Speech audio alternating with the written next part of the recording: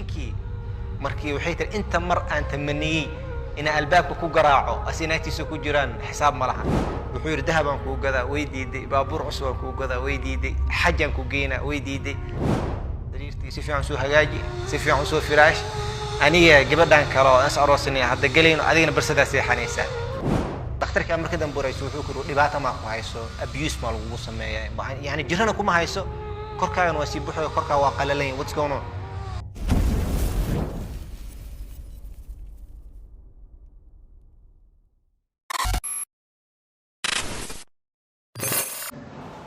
waxaa jiray nin oo ilaahay xoolo iska siiyay uu deganaa xaaskiisa 5 caruur ay lahaayeen marka ninkan xoogo ilaahay xoolo uu siiyay wuxuu imaan jiray sanad walba Afrika uu imaan jiray dawladda marka magaceeda inaan sheego qaaradan baan sheega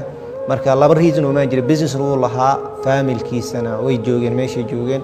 marka soo soo noqonaya ilmihi marka dambe wuxuu go'aansaday maadaama markaas uu joogay 2 bilood joogay inuu gabarka guursado meesha uu yimaado mar walba markuu guursaday kadib gabadhii ayagunba isburburinay ayagunba guriyahooda iska burburiyay gabadha meesha joog mid kamid ah gabadhii xagga wacday waxay tiri oo moogtay ninkaaga inuu guursaday ma dhici karto ma ninkaaga uu guursaday waa kaas ninkii miskiinka iska noqday xagga tagay buuqa lagu furo waxa soo guursaday Soomaha ani aad isma naqaano madaxigiisii ninkii markuu si kasto gabadhiisa rabay xaaskiisa rabay inuu u raali geliyo waa diiday wuxuu ku yiri gurigan ku dhisa dak masertir waa diiday wuxuu yiri dahaban ku gada way diiday baabuur cusub ku gada way diiday xajan ku geena way diiday dan culimadii masaajidka u bandhigay culimadii la hadashay marka gabadhu waxay soo istaagtay maya aniga oo heel gabadhii la guursada laga ma yaabo okay ninkii markii la kari waay gabadhii la kari waay jaanis ku dambeysay marka wuxuu noqday anuu isoo wacay wuxuu sheekhu gabadhan muxaadarooyinkaaga way dhageysataa qisasta ka sheekaysi jimcada iyo ducooyinka way dhageysataa waxaan rabaa inaan la hadashid gabadhan arintaas aa jirto gabadhii marka qisada dhan uu iga sheekay waa la hadlay walaal waxaan dhahay gabadhaas xaqi culays ku hays maxaa hal waxaan rabaa aqli ahaan inaan kula hadlaan dhahay waa u banaantahay ima banaana geesans ka dhigno gabadhaas hadda xagga joogto culayskay kugu hayso maxay tahay gabadhii marka waxay bilaad inay wax ka sheegto waxaan dambi ha gelin gabadhaas horta waxay kugu sameeysaa yaraatan ma jirto dhib ka jira waxa gabadhaha markii naa kale la guursado naati kale caynaysa naagtaas dambi ma lahan ida xor qofsa adiga xor u tahay idan xor u tahay ninkaaga waaya haduu qof galay ninkaaga galay laakiin gabadhaas kale waxa isku leeyahay ma jirto hatta kuma banaan inaad tira fur diinta diiday hatta inaad tira naagtaas fur ama aniga fur wala diiday hatta adiga taada kada la gabadhaas miskiinta kama hadli kartid almiim gabadhii ma waxaan walaalo wada hadloonay gabadhaas iska daa dambina ha gelin adan ku diga almiim marka la hadlay oo arko waxaan walaalo waaniyay u sheegay waxaan culays ku uma hayso ninka sanad walba soo ma bixi jiray 2 bilood ها labadii bulood baxay intuu meel kaliis joogi lahaa qofku ilaaliso ma rabtay daninkaaga jeceshid intuu kaliis dharkiisa dhaqan lahaa oo maqayan ku cuntay lahaa qof uu ku dago oo takeer gareyso uma baahan almuhim gabadhi si kasta oo la hadlay waa soo istaagtay markii dambe waxaan dhahay wallahi waxaan dhahay khibradeedu waxay tusaysaa aan ku dhahay hadii amaanta ku madax adkaatid ina ka shalaynaysid aan kugu dhaaranahay qayb kama ogi laakiin wallahi waad ka shalayn doontaa waxay ugu jirtaa waa mahadsantahay sheekh okay waa mahadsantahay markii kiiska waa laga xiray baabka waa laga xiray ninkan la hadla markii waxaan dhahay wax ka khayr badan Allah kugu bedelo bis waa arinta aan iga dhamaatay gabadhii sidii lagu furay gabar xoogo isku qurxanay ahayd ciidada markii ka baxday ninka la ku qabtay ninka markii uu guursaday nin Soomaali ma ah ninka dambe ninkii oo 2 bilood markii isqabeen maalin wuxuu ku yiri waxaan rabaa ina dadan cazuuma ay qada sameeysid gabadh waayay tiri qaday sameysay gabadha Soomaali ma sha Allah qada waxay kariyaan macaan bariis carfaayo hilib alaabay karis guriga ninkii iyo martidiisa qolkay galeen waa la qadeeyay waa la baxay markii la baxay gabadhii xaaskiisa uu yiri heblo ee kaale waxaan rabaa inaan ku baro walaasha gabadhii markii walaasha waa fahmi weyso waxay tiri adiga walaasha mise aniga walaashay markaas yiri walaasha okay si walaasha iyo bari walaasha muslimada هذه ولاشه هذه أنا ولاشه هذه ولاشه واسه محاكة وده وفهم ويس مرحوي جبدان وناكتن كله جورس دي ما أنت واعي جوريانين كل شيء جرينيسا جبدي إنده هني تحت وحيتري ناكتن إلى أروس قديت أنا ما سميه هذا نينك وحواس لسحسينه محاكة قلدن حرامي أنا جورس ده إلى سوي مبنيني حتى هاي لا يكون بني لكن مش بهذه الطريقة أنا عنتد كو كريو أو هنا جوري كو أروستيد gabadhii marka waa qaadaweys wax kale oo uu sii daray ka sii daray marka wuxuu yiri maqal hal qol iyo hal barsan deganaa soo maanaha maadaama hal qol hal barsan iidan caawa aroos tahay qolkaaga soo hagaaji sariirtii si fiican soo hagaaji si fiican soo firaash aniga gabadhan kale oo is aroosinay hadda galayno adigana barsada seexanaysa gabadhii waxay ku noqotay arrin kale oo culus mid saddexaad oo ugu dar wuxuu isbuuca oo ku aqalka oo maxaa lahaa toddobaad maalmoodna adiga cuntada karinaysid ee ku talagal gabadhin dheetaad markaas do you have problem with that arrintaas dhan may kugu haysaa waxay tiri maya gabadhii marka way qaadan weysay waxay ii sheegtay marka habeenkii markii waxay tiri inta mar aan tamaniyay in albaabka ku garaaco asinaagtiisa ku jiraan xisaab ma laha markaas waxaan u maxaa u sameyn weysay waxay tiri waa cabsad way ka cabsatay ninka calaashan nin Soomaali ma waa ka cabsatay waxaa dhacday marka gabadhii waa qof markii culays badan la saaro uu san filaneen uu xanuunsana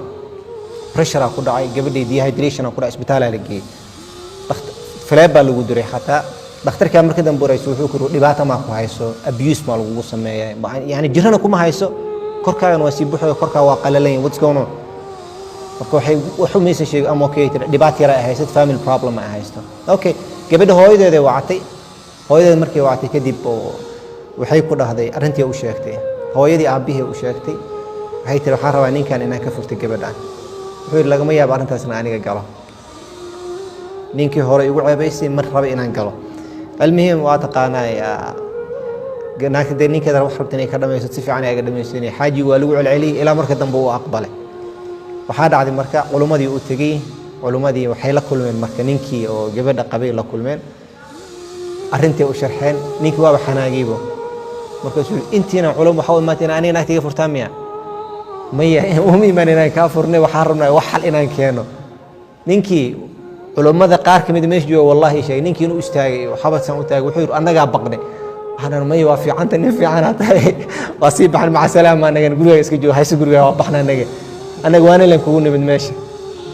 وأنا في عويسي نينكو أسكب حلوة وحيران أنا ما أود ناس سمين جبنا ولالك هذا مركا علماء كم ده جب ولالك ولا شيء إهانة ذاني وح ود القادم واي ولا شيء سنويش إسكجو تاي ومهد ليسو بيدا واقف حنوصا يعني شاقة كودا عادي بعد هذا جارتي قف ابن آدم دوقار قارني كل إنسان بلقى يا بالله حد عادي مركا walaalkeeda ninka kuna wuxuu maqal niyo walaashii ku marabta fur hada fur weysin wuxuu maxkamadan ku geeyna ano muslimo maxkamigeen wuxuu muslimada aday ku taala gabadhan walaashii ku marabta Soomahan fur billati hi ahsan ma Soomahan wa bayna wa baynaka almahakim ma rabta miyaha anna ma barabibo hay fur ma fur lacag iga baxdo yani ma fura there is nothing free lacag iga baxdani lacag ka baxda aroosti waa maxay gal aroos ii mi rabta lacagteedan rabaa هاي العقد أسوأ شيء يقول نعمر وصو حسابته وحير سريرته أسيو كجيفة هذا إناكتي سكلا أو كجيفة سريرته وصو حسابته وحير حسابته سدح كوني يحوج وجيبه كسوالكتي وحو كدري وحو إيش وحيالها ليا سريرته بحسابته الدور ربع وحاليا وحيودها مالنتي سريرته اللي سو كذا وحالو سوق هذا بابورك أو ناكتي ولا نينك أو شيخ ولا شيء سالو سوق هذا جاس وكشف حتى وحسابي وحير مالنتس جاس كسان كشف أنت سو كدري بالديتيل وحير وحاليا بي ما ورقدوا كقري جري ما بنجيو كسو برينتر جري يعني سوق قري wax walbo markaas soo xisaab markaas uu waxa kala jirto yiri anigana waxa igaaru damage morally diba igaaru dha ulaas aan filinayna igu dhacay marka taas marka isiisan kadib waxaan u baahanahay ani nafsiyan hatta waa diba igaaru waa ina qol aqli u siiyay naftirkeeda hadda wuxuu dibiga naak marka furto xooga waa taqaana diba ku gaaraayo marka wuxuu yiri waxa 3,000 xooga soo walaalkii 5,000 u keenay wuxuu yiri 3,000 xooga soo 5,000 boqolna waxa sheegayso u qaado walaashin hadda meesha khuluc furitaan xataa ka marabno wala ga khalcina xoolaha qaado makhluucaat gabadhi walaashin ku khalcay gabadhi sidii marka ay xuriyadeeda ku soo qaadatay gabadhi markay xuriyadeeda soo qaadatay way nasatay adiga maalmo bil markay joogtay amal waxay la xiriirtay marka ninkii hore ay kala tagayeen ay la xiriirtay waxay ku tiri marka waxaan rabaa inaan caruurtu arko ولقي لكن تاريخ هان أنت أنقل مواضيع أنقل نينكاس نينك في عن أو كابن آدم سن أو كأخلاق في عن ولي ما أركت أنت نمن في عنا ويجران قبل في عنا ويجران نمن حنا ويجران قبل حنا ويجران لكن نين كانوا كل أنت ما أركت تلفونه بس كنا غني ولقي فيس تو فيس وما أنا أيوم بس سواعي waxaa dhacday marka ninkii way soo wuxuu ku yiri waxay ku tiri caruurteedu wuxuu ku yiri maqal caruurtan shanta adiga dhashay mar allaala markaa rabtay aragtina u timaad ii soo sheeg waa ku fureen guriga hadaa rabtid inaa la dagtidni oo go'aansateen ii soo sheeg anaa guri kale ijaaranayo guriga waa kaaga baxaaday caruurtaada jooga gabadha marka hore waxay ku bilaad marka waa soo ziyaarana step waa soo ziyaarana ma hadan xoogo markii waxay tiri waa xaraba in xoogo la deego waayahay maalmaha kamid ah marka way u yeertay waxay tiri kaalina kula hadlaan rabaa waqtiga caruurta joogi lahaayeen caruurta marka waxay u geysay guriga hooyadeeda geysay caruurtii waxay rabtaa ninkii eedii kaligeed inay isla hadlaan ay rabtaa waqtiga caruurtu ku weelaan dugsina ma jiro iskuulna ma jiro laakiin iyadana siyaas kale sax caruurtu waa kaxay hooyadeeda u geysay ninka markuu soo galay caruurta inuu joogo u maleeyna la naagtiis ma khalaas way mahram ma ahan albaabkii xirtay qasiir biyo keentay marka waxay tiri aw caruurta ma joogaan inuu istaago waxay tiri ma yahay istaagana kula hadlaan rabaa waxay waa ka qaldamay dambi badan waa ka galay waana kugu xad gudbay waana dareemay dulmigan ka galay ee waxaan rabaa inaan isku noqono maxay kula tahay ninkii wuxuu ku yiri marka inaan isku noqono waa hatta yeeli jamal fi samil khiyam inaan kugu noqdo Soomaanaha markaas iidan ma aqoonin quraanka carabiga ma taqaan waxay maxaa macnihiisu wuxuu yiri cibada ma taqaanaa ha duleeliyar Soomaalaha geel meeshaas ma la geli kara markaas ay tirmaya taas oo kale way u dhax gabadhi waa xaawish abadan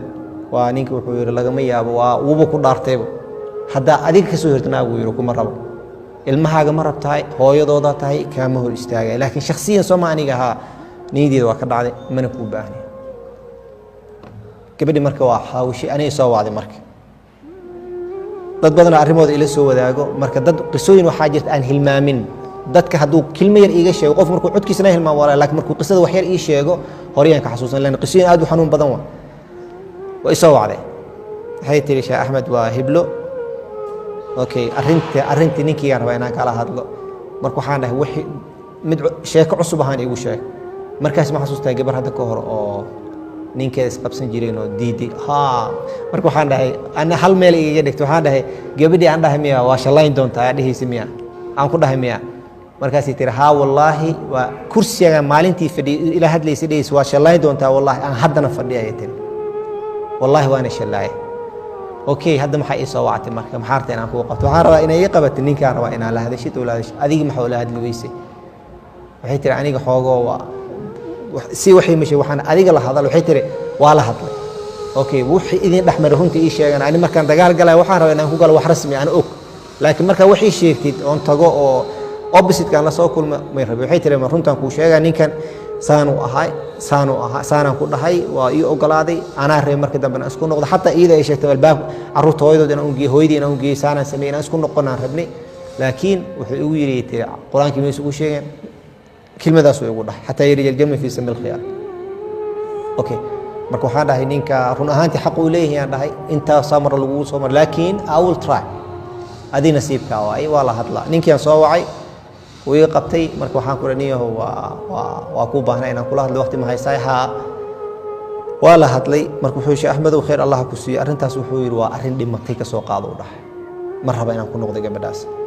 gabadhiina igama herin asigina hadal fiican ima siinin marka dambe waxaan ku dhahay maqal muhaawado ugu dambaysan sameeynayna waxaan ka rabaa maadaam qaladka qof galay aad tahay oo ictiraafsan tahay cudur daar soo qor warqad cudur daar qofku qaldami karaa ceeb ma ahan laakiin qaladkaaga ina qaldantay oo haddana diyaar u tahay inaad ka baxdid soo qor gabadhi marka way u tiri maalmay maqneed waxay soo qortay warqad xawmareena gabadhaas waxay ku takhasus qor essay markii la qoray waa taqaanaan waxa la sameeyay muqaddima la sameeyay la qoray body la qoray 3 paragraph 5 paragraph kadib conclusion loo sameeyay exactly sidoo kale u soo qortay warqad marka waxay sameysay aniga text message ku soo dirtay aniga iyo asiga hal group noo soo sameysay magacii ima save gareysno waa fiir warqad markaan fiiriyo waxa arkay naagtaan ninkeeda amaanayso waxaan ma sha Allah naagtaan ninkeeda san amaanayso naag caadi ma ahanba soo aqrinay markii dambe aan arkay waa fiiri waxa ku qoran ninkii malaa'igi ka dhigtay say u amaantay waxay tir saana tahay oo saana ahayd oo saana markii amaantiis ka baxday waxay ku xijisay marka paragraph ku xijisay waxa way ida iska hadashay anigana waxay tiri waa ka qaldamay intii qaladaadkeeda dhan ay qortay dulmiga ka galay waa kugu xad gudbay tan saddexaad paragraph saddexaad waxay qortay marka hadda waxay diyaar u tahay wax kastaan sameeyey qaladaan sameeyey waa qaladkayga waa qaatay wallaahi diyaaran wahay waana ka shalay run ahaantii ma ahanay tiri waa caruurteedii iyo waxaan jeclahay caruurteedii inaan aabbaheeda oo isku hayaan jeclahay kilmada marka hallayna keligiis ee bold ka dhigtay wuxuu ku soo qortay marka noqoshadan kugu soo noqonaya caruurtaada waa part laakiin anigaa ku jecel oo ku rabo caruurta waa rabaa in isla haysano laakiin anigana uma malaynayay nin adiga kaa fiican inaan heli doono mana rajaynayay mana u malaynaya inuu joogo sidaa darteed waxaan kaa codsanaa inaad igu noqotid waxay tiri marka dembina waa la galaa waana laga toobad keenaa ilaahaygiiba dadka wuu cafiya waxaan kaa rajaynaya inay cafisid runtii warqaddii markaan arkay waa aharat fiini waa ogo si fiican ii ta'tiirisay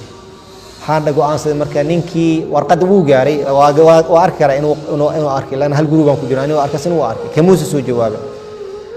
marka dambe waxaan go'aansaday marka inaan aniga u tago baabuurkaygaan qaatay ilaa meel dhowr saac loo socdo waa meeshaan ugu tegey waa wacay marka asalaamu calaykum hebel calaykum asalaam haa sheekh axmed marka waxaa inaan ku arkaan rabay haa oo waa ogahay telefoonka maya inaan ku arko soo magaaladaas ma deganeed haa oo may waxaan anigaa imaaday magaaladaadaan joogaay magaalada joogtay haa inaan ku arkana waa rabaa okay maqaayaddaas hebel aan isugu nimaadno kafaygaan isugu tagnay maqaayaddii waa la fariiso waxaana maqal oo kuu soo gaabina cala albalaata say dhahaan carabta min gayr muqadimaat niyo aniga magaaladan degana waa taqaanaa soo maanaha columbus oo haayaan deganay haa intan saacadood waxaan usoo drive garay for one reason adiga naagtaada xaaskii hore heblo inaan ku noqoto inaan ka shaqeeya ninkii wuu istaagay walaalo marka waxaana maqal aday kuu taala aniga kelmadan pressure dambe ma jiro intaan samayn karo waan damey wallaahi bilaahi waxaan usoo baxay intaasoo markaasuu yidhi uu aamus wuxuu su-aalan ku weydiinay ilaahan kuu dhaariyay safarkan waxaan usoo gashay inaa aniga iyo gabadhaas miskiin celisid markaasna wallaahi wax kalama intaas leewaa markaasuu wuxuu igu yidhi wallaahi marna kuma tala jirin gabadhaas inaan ku noqdo laakiin safarkaa soo gasho runtii wuxuu yidhi inaan ku celiyo aadaygu adag tahay ee wuxuu yidhi waa haye gabadhiyo wacnoo meesha la joogo weligiis muusan wacin gabadha way qabatay markaasay tiri haye salaamu calaykum markaasuu wuxuu yidhi sheekh axmeda ila joogo waa arrintiina waxaan rabaa inaan isku noqonaan rabnaa ayuu yidhi waa khalaas wuxuu yidhi waxaan go'aansan inaan isku noqono gabadhi marka wuxuu ku tiri ma hubta adiga hebel miya